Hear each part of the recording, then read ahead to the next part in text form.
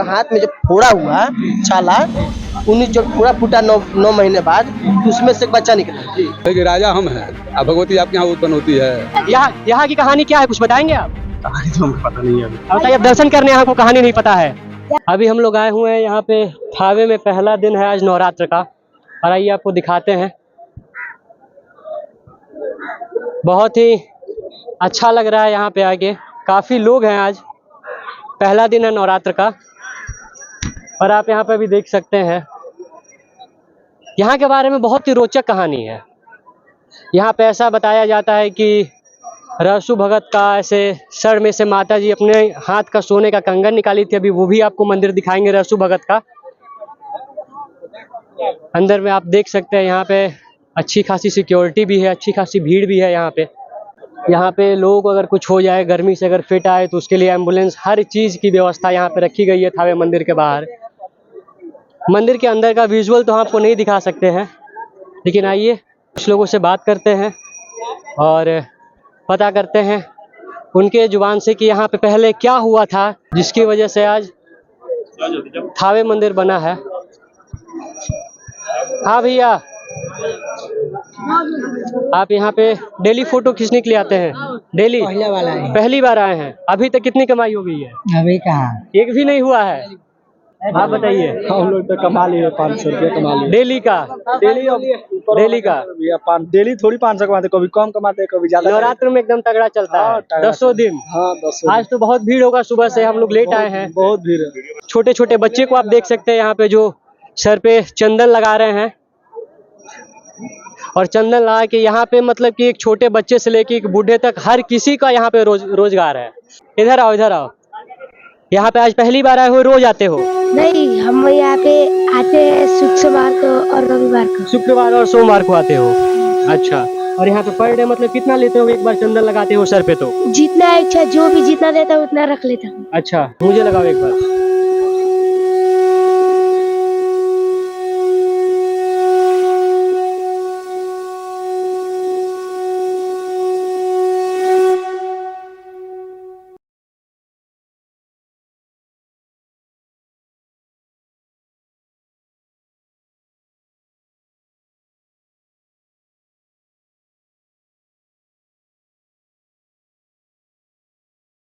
ठीक है बेटा, पर डे कितना ले लेते हो, कितना कमा लेते हो पर डे एक दिन में? अगर शुक्रवार सोमवार को आते हो तो जो 200-300 हो जाता है। यहाँ पे सभी लोग आए हैं। भैया कितने बजे आए हैं आप लोग?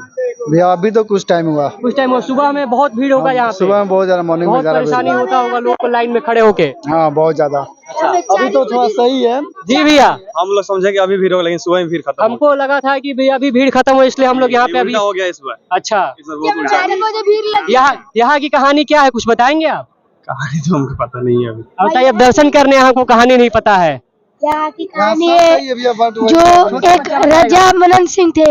हाँ। वो रहसु भगत से जीत कर रहे थे, अपने माँ को दर्शन दो। तो ये रहसु भगत अपने माँ को बुलाए और माँ उनके सर में हाथ फाड़ कर निकले। वहाँ पे रहसु भगत का मंदिर है। उधर किधर रहसु भगत का मंदिर है? इधर से रास्ता है। इधर से? हाँ भैया। बताइए, यहाँ पे छोटे छोटे बच्चों को पता है, लेकिन जो यहाँ पे दर्शन करने के लिए यहाँ से पूरा भीड़ लगा था। अच्छा। और ये पूरा भर गया था। अच्छा, बताइए, यहाँ पे जो लोग दर्शन करने आ रहे हैं उनको नहीं पता है कि यहाँ के मंदिर के पीछे की कहानी क्या है, लेकिन यहाँ पे छोटे छोटे जो बच्चे हैं तिलक लगाने वाले, उनको यहाँ पे पता है कि माँ रहसु भगत के सर से अपने सोने का कंगन निकाल के दर्शन दी थी राजा को। और आइए कुछ यहाँ के पुजारी लोगों से भी बात करते हैं। यहाँ पे बाबा लोग से कुछ बात करते हैं। बाबा कैसे हैं? ठीक है, बढ़िया बढ़िया है। यहाँ पे लोग जो दर्शन करने आ रहे हैं उनसे पूछ रहे हैं, तो बोल रहे हैं कि मुझे पता ही नहीं है कि यहाँ पे हुआ क्या था, असलियत की यहाँ पे कहानी क्या है। कहानी के लिए आइए इधर, आइए।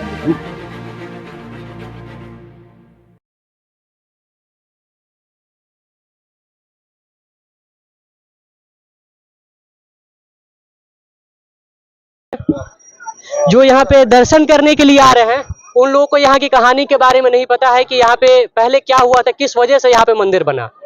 आप लोग कुछ बताइए हमें। चेरू वंश के समय में यहाँ राजा मदन सिंह का राज था।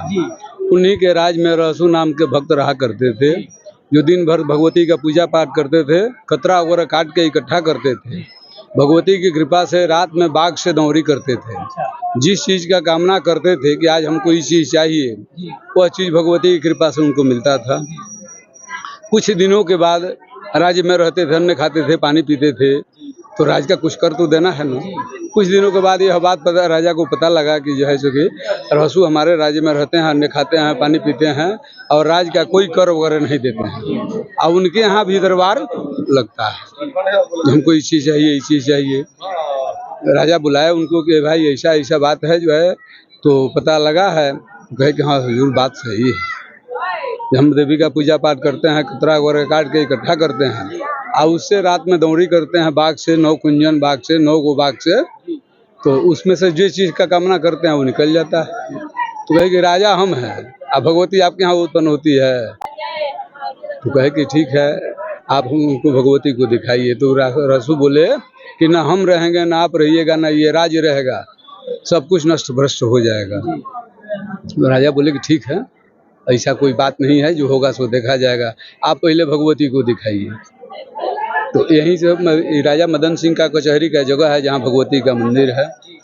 यहीं पर दोनों आदमी आसन लगा करके बैठ गए और भगवती को कामरूप से सुमरे। कामाख्या आई, कलकत्ता आई, मैहर आई, विंध्याचल आई, पटना आई, यहाँ सांसा मूसे के पास वो घोड़ा घाट मंदिर है।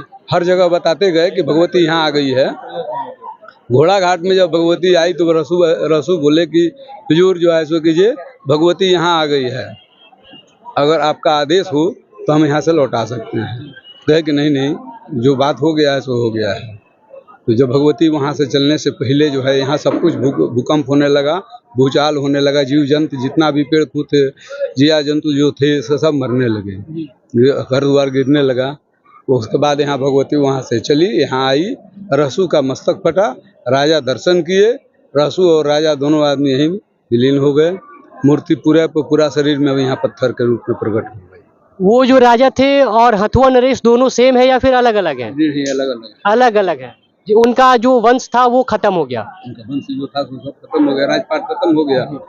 उसके बाद बहुत दिनों के बाद जो है सो कि हथुआ राज की भगवती की उत्पन्न हुई और उसमें दिखाई कि भाई आप हमारा पूजा पाठ कीजिए, हम आपका कुल देवी बन करके आपके कुल का रक्षा करेंगे। और यहाँ पे जो भक्त आ रहे हैं लोग, यहाँ पे देख रहे हैं ज्यादातर फोटो खिंचवा रहे हैं लोग। मैंने अभी 2 लोगों से पूछा, 3 लोगों से कि यहाँ के पीछे की कहानी बताइए, यहाँ पे मंदिर क्यों बना, तो ये बोल रहे हैं कि मुझे नहीं पता। इसके बारे में क्या बोलेंगे आप? बताया नहीं, जो नए नए युवक आ रहे हैं यहाँ पे फोटो खिंचवाने के लिए कि मैं थावे जा रहा हूँ, यहाँ पे हूँ, वहाँ पे हूँ, इसके बारे में आप क्या बोलेंगे?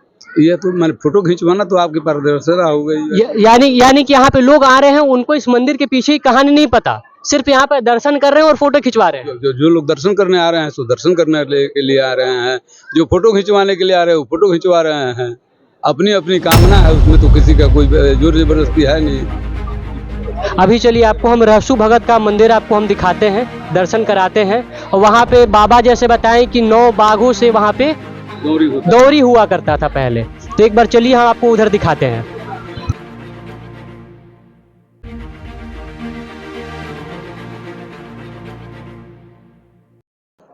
हमें इतना पता नहीं है, लेकिन ये हमें लेके जा रहे हैं रहसू भगत के मंदिर की तरफ।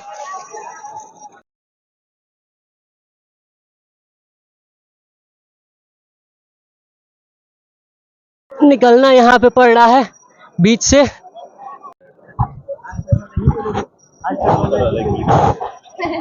यहाँ पे दुकान चल रहा है, यहाँ पे देखते हैं। यहाँ पे भैया प्रसाद आप दे रहे हैं, नवरात्रि में अच्छा दुकान चल रहा होगा आपका? चल ही रहा है अच्छा।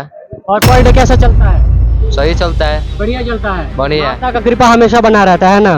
अभी आप एक रुमाल में कितने का प्रसाद बांधते हैं? प्रसाद जितना का भी बन जाएगा, ग्राहक के ऊपर है कि जितना का ले लें। चलिए ठीक है, आइए आगे बात करते हैं। उसके बाद देखते हैं रहसू भगत का मंदिर।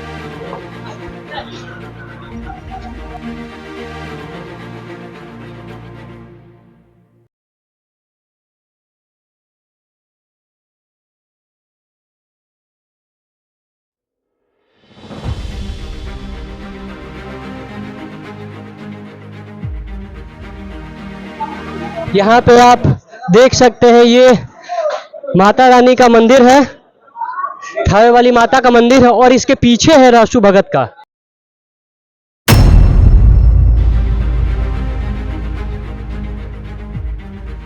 इधर यहाँ पे आप देख सकते हैं, यहाँ पे औरत लोग, काफ़ी लोग इधर जो है सामान खरीदने के लिए आए हुए हैं। आज पहला दिन है नवरात्रि का।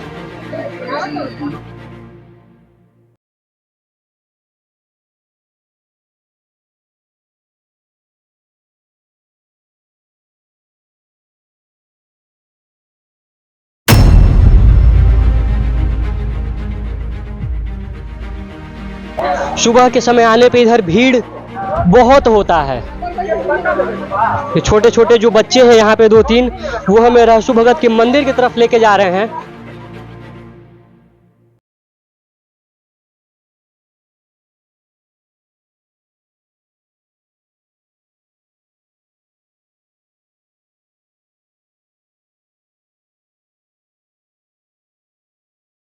अच्छा बाबू, यहाँ पे भीड़ ऐसे रहता है या फिर बहुत ज्यादा होता है? बहुत ज्यादा सुबह के टाइम होता है। बहुत ज्यादा भीड़ होता है इधर। छोटे छोटे बच्चे, मुश्किल से यहाँ पे 100 मीटर का फासला है। यही है मंदिर रहसु भगत का, और 100 मीटर का फासला है यहाँ पे माता रानी और रहसु भगत के मंदिर में।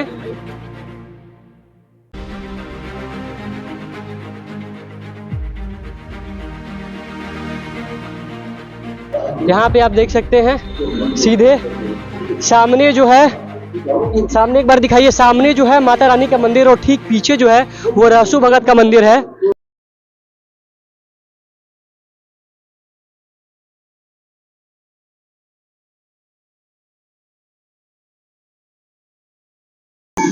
और अभी आप एक बार विजुअल आप दिखा सकते हैं एक बार रहसु भगत के मंदिर का बाहर से। ये पूरी तरह से अभी तक इस मंदिर को सीमेंट अभी अच्छे से नहीं चढ़ा, प्लास्टर नहीं हुआ है मंदिर का, लेकिन ये आप देख सकते हैं रहसु भगत का मंदिर।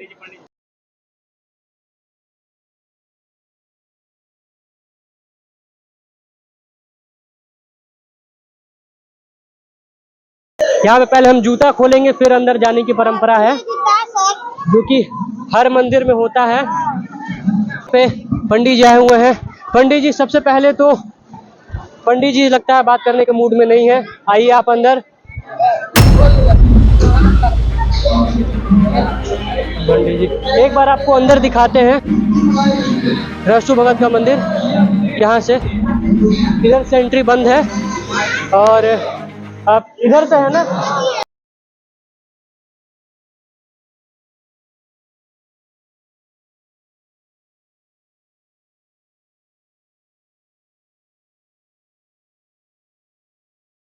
अभी आप अंदर आइएगा तो आपको यहाँ से देखने को मिलेगा यहाँ पे कितने लोग यहाँ पे धागा बांधे हुए हैं यहाँ पे।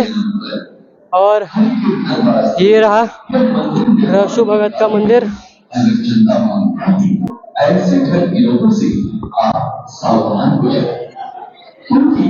अभी यहाँ पे सारे लोग जो है वो लाइन में लगे हुए हैं। पर आप देख सकते हैं वही जो है 9 बाघ है जिनसे दौनी होता था, जो बाबा भी बता रहे थे। और वही जो हाथ दिख रहा है आपको रहसु भगत के सर से, वो माता रानी का हाथ था। उसमें पहले सोने का कंगन था, लेकिन अंग्रेजों ने उस सोने के कंगन को चुरा लिया है।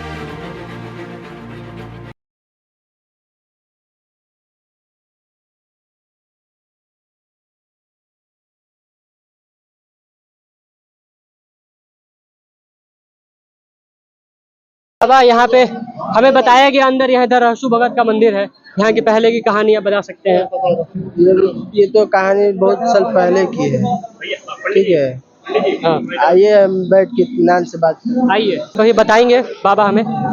तो क्या पूछना चाहते हैं रहसु भगत की कहानी? जी यहाँ पे जैसे आगमन, माता जी का आगमन कैसे हुआ? माता जी का आगमन और जो 9 शेरों की जो दौनी होती थी वो सारा बाबा ने बताया। इसके अलावा कुछ और चीज जो आप बता सकते हैं जो हमारे दर्शक देखेंगे? जी, तो ये सब बहुत साल पुराना बात है। जी यहाँ पर चेरो वंश का राज चलता था। जी ये राजा मनन सिंह था उनका नाम। तो वो जो थे ना, तो गरीबों लोगों को बहुत ज्यादा सताया करते थे, उनको भूखे रखते थे, ठीक है। तो यहाँ से करीबन 3-4 किलोमीटर नाम एक भवानीपुर गांव है। भवानीपुर जी, वहाँ पर एक मुनिया नाम की लड़की रहती थी। दुनिया नाम जी, कुंवारी थी। जी और वो माँ कामाख्या वाली के परम भक्त थे। जी वो नित्य दिन रात दिन वो यहाँ पे बात करते हैं जी।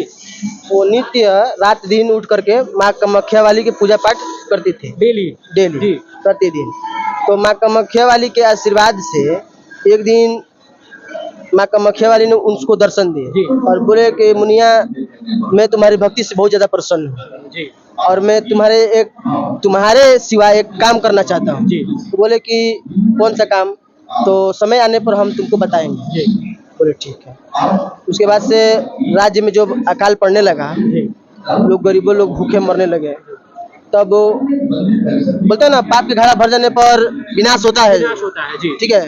तो राजा जो थे गरीबों लोगों को सताने लगे, उनको भूखे मारने लगे, अकाल पड़ गया। तो उसके बाद से जब राजमहल में जो दरबार थे लगा हुआ था उनका राजा का, तो वो सिपाही जो आया और बोला कि मनन राजा जी, राज में अकाल पड़ा हुआ है, कुछ भिक्षा दिया जाए कि ताकि बढ़े। वो बोले कि नहीं, राज में अकाल पड़ा, हमारे राज्य में जो सैनिक है उनको क्या खिलाएंगे? हम उनको नहीं खिलाएंगे तो वो मेरा नौकरी कैसे करेंगे? वो सब नहीं किए। तो माँ ने अब उनको दर्शन दिए मुनिया को फिर से और बोले कि बेटा, तुम्हारे हथेली से एक बच्चा का जन्म होगा। तो बोली कि माँ, ये तो सरासर अन्याय हुआ ना मेरे साथ, ये मेरा भक्ति का फल नहीं, इसका चिंता तुम मत करो। ठीक है, इसका चिंता तुम मत करो, इसका पूरा श्रेय हमको ही जाएगा, ऐसा बात नहीं है। बोले कि ठीक है। तो माँ ने मुनिया से कहा, मुनिया माँ से कही कि ये बताइए कि जो बच्चा पैदा होगा, अगर इसे हम जन्म देंगे तो लोग हम पर लांछन लगाएंगे, बुरी नहीं हुआ है, शादी के पहले जो है वो बच्चा कैसे हो गया? लोग तरह तरह के बात बोलेंगे और राजा के कान में पड़ेगा तो मेरा जीना मुश्किल हो जाएगा। तो बोले कि ऐसा कुछ नहीं होगा, ये सब मुझ पर छोड़ दो, तुम्हारा बच्चा जो है रहस्यमय ढंग से होगा, किसी को पता नहीं चलेगा। तो जब रहस्य जो है, जब उसका हाथ में जब फोड़ा हुआ छाला, जब फोड़ा फूटा 9 महीने बाद, तो उसमें से एक बच्चा निकला। तो बच्चा जब निकला तो वो धीरे धीरे सियान होता गया। और जब हम लोग अक्सर बच्चे लोग में खेलते हैं तो कभी काल जो होता है बाप पिता का नाम पूछ लेते हैं कि हाँ पापा का नाम क्या है, मम्मी का नाम क्या है। वो नहीं बता पाता था। तो जाकर अपने माँ से एक दिन पूछा कि बताइए कि मेरे पिताजी का नाम क्या है। तो बोले कि अच्छा, जो आपको हम अभी बता दें कि ये जो भी बता रहे हैं वो रहसु भगत का कहानी बता रहे हैं कि रहसु भगत का जन्म जो है वो कैसे हुआ था, कि एक हथेली में उनके फोड़ा था, वो 9 महीने बाद फूटा है और उसमें से रहसु भगत का जन्म हुआ था। जी। तो वही जब माँ से अपने पूछे कि बताइए मेरे पिताजी कौन है, तो बोले कि बेटा, मैं जन्म देने वाला केवल हूँ, लेकिन जो तुम्हारा पालन पोषण है, तुम्हारे माता पिता जो है माँ कामाख्या वाली दी नहीं करते। वहाँ पर तुम जाओ, वहाँ पर तुम्हारा सब चीज जो तुम जिस प्रश्न का उत्तर मिलेगा तुमको। बोले कि ठीक है। कामाख्या धाम गए वहाँ पर और जब तपस्या किए तो माँ ने उनको भी दर्शन दी और बोले कि बेटा, तुम्हारा जो जन्म हुआ है गरीबों के लिए, उद्धार के लिए हुआ है। बोले कहाँ से मैं कैसे उद्धार कर सकता हूँ, मेरे पास तो कुछ है नहीं कि किसी का मदद कर सकूं। मैं तो खुद ही गरीब हूँ। तो वो बोले कि नहीं, तुम मेरे आशीर्वाद से, तुम वहाँ से, तुम्हारे गांव से 6 किलोमीटर दूरी पर एक थावे नगरी है। थावे नगरी जी। वहाँ पर चेरो वंश का राज चल रहा है। चेरो वंश जी। और वहाँ पर अकाल पड़ा हुआ है और तुम्हें वहाँ पर जा करके गरीबों को मदद करना है। तो बोले कि मैं कैसे कर सकता हूँ? तो तुम जो जिस तरह से मदद करना चाहोगे वहाँ पर तुमको मिलेगा। बोले ठीक है। और वहाँ पर कुछ सिद्धि प्राप्त किए रहसु भगत और वहाँ से चले आए। जब चले आए तो जब वो सोचे कि हम कैसे मदद करें, तो लोगों को अनाज की जरूरत थी उस समय, गहने की और पैसे की जरूरत नहीं थी, अनाज की जरूरत थी। इधर अकाल पड़ा हुआ है जी। तो वही बोले कि अब हम कहाँ से चावल लाएं? तो जो घास था ना, वही घास जो है, वो घास को बिछा करके राजा रहसु भगत 7 बाघ को प्रकट करते थे माँ की कृपा से। और रसरी की जगह पर बाबा ने उधर हमें 9 बाघ बताया था, आप 7 बाघ बता रहे हैं। 7 बाघ थे। ठीक है, अभी भी जाकर गिन सकते हैं। लेकिन बाबा ने हमें उधर जो पुजारी थे उन्होंने 9 बाघ बताया। नहीं, 7 बाघ थे। 7 बाघ थे। ठीक है। कर दूं कि यहाँ पे जो रहसु भगत जो दौनी किया करते थे वो 7 बाघों के द्वारा किया करते थे। अभी भी आप जो भी अभी जो आपको मैंने विजुअल दिखाया, एक बार आप बैक जाके एक बार आप देख लीजिएगा, वो 7 बाघ है। और जो सर्प जो है वो 8 है। जी। जो जिसकी रस्सी बनाया करते थे रहसु भगत। रस्सी की जगह पर सर्प यूज करते थे और बैल के जगह पर बाघों को यूज करते थे। तो जिस तरह से पहले के जमाने में दौरी होता था, पहले हल चलता था। हल चलता था, बैल पोलू पोलू हाँ। में बैल जो चलाया जाता हाँ, था। पहले टेक्नोलॉजी जमाना नहीं था जी। और अभी टेक्नोलॉजी जमाना में मशीनों द्वारा बहुत चीज हो गई। लेकिन पहले जो है हाथों से धान को पीटा जाता था, बैलों के पैरों तले धान को कुचला जाता था तो उसमें से चावल निकलता था। तो उसी तरह से दौरी करवाते थे रसू भगत और उसमें से जो चावल मनेसरा नाम के चावल निकलता था। तो वही जो चावल जो था, सबसे पहले माँ को भोग लगाते वो और जो चावल बचता है वो गरीबों सन में बांट देते थे। तो ये बात राजा को मालूम चला, जब उनके पुरोहित जन जाके बताए, राजा के पुरोहित जो है जाके बताए कि राजा तुम नाम के राजा हो, प्रजा के लिए कुछ नहीं कर रहे हो, एक जात का चमार होकर के, गरीब होकर के, और ये सब इतना शक्ति कहाँ है उसके पास आए। और यहाँ पे जो था इसके बाद में राजा जो थे वो रसू भगत के पास में आए और बोले कि जिसकी सिद्धि तुम प्राप्त करके आए हुए हो उसे तुम सामने बुलाओ, मैं देखना चाहता हूँ। बोलते ढोंग है ये, ढोंग है ये। जो कामाख्या धाम है वहाँ पर ढोंग सिखाया जाता है। अगर तुम्हें शक्ति है जरा सा भी तो माँ को मैं भी पूछता हूँ, माँ को तुम समक्ष बुला कर दिखाओ हमारे। तो बोले कि पाप के घड़ा तुम्हारे अंदर पूरा, आँख जो है तुम्हारे पापों को भर चुका है। हाँ। और ये तुम्हारे आँख जो है जो देखने लायक नहीं है, ठीक है, तुम्हारा विनाश हो जाएगा। पहले जो बताया था कि माँ जो थी वो सोने का कंगन हाथ से बाहर निकाली थी। राजा के जो थे, राजा के एक कंगन जो रसू भगत को मिला था, हाँ।